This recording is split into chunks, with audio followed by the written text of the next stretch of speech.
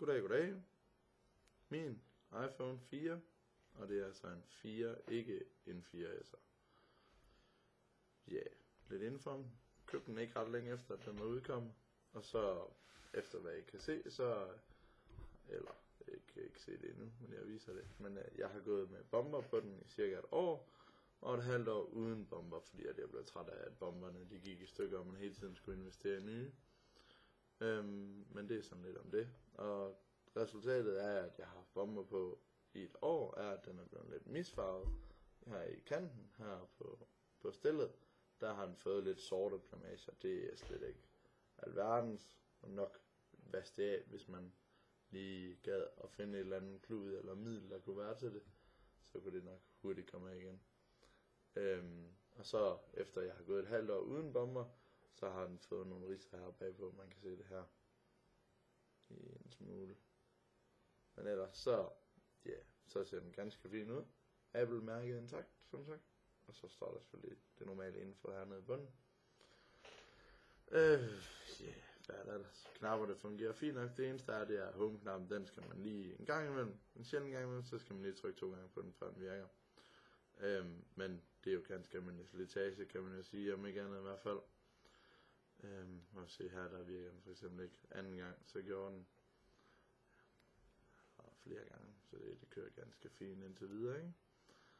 Så det er fint nok. Få gange man lige skal trykke en ekstra gang på den, så kører det ellers. Og så det næste der er ved den er ganske, jeg ved ikke hvad det er slitage, men man kan nok ikke se det så tydeligt her.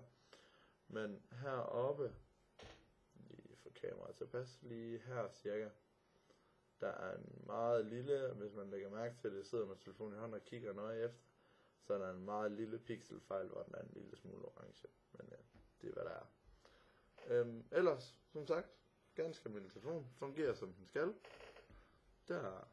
Det kan jeg sgu ikke klage. Jeg har fandme været glad for den, og hvis det ikke var fordi de havde lavet en 5'er, så havde den sgu nok holdt det et par år endnu.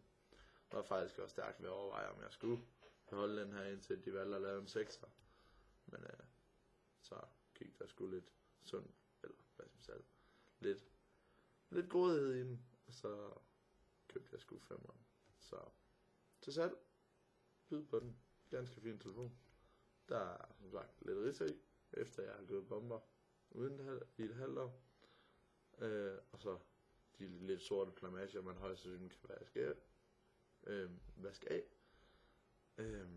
Under bomberne i et år. Og så home-knappen, der lige få gange, som vi så var det ikke særlig tit, man skulle trykke på dem 2 gange. Kom der også, og gå tilbage igen. Så det er ganske godt. Og så var der den der meget utydelige, jeg tror faktisk ikke, jeg kan se den ret godt nu her, når man er på baggrunden. Det er mere, hvis man har en hvid baggrund, at den bliver lidt mere tydelig, den der plamage der. Men det er slet ikke særlig slemt. Så om ikke andet i hvert fald, og man kan vist godt lige se den lidt deroppe i hjørnet, når jeg holder den rigtigt. Men om ikke andet i hvert fald, byd på den, og så må vi snakke om det jo.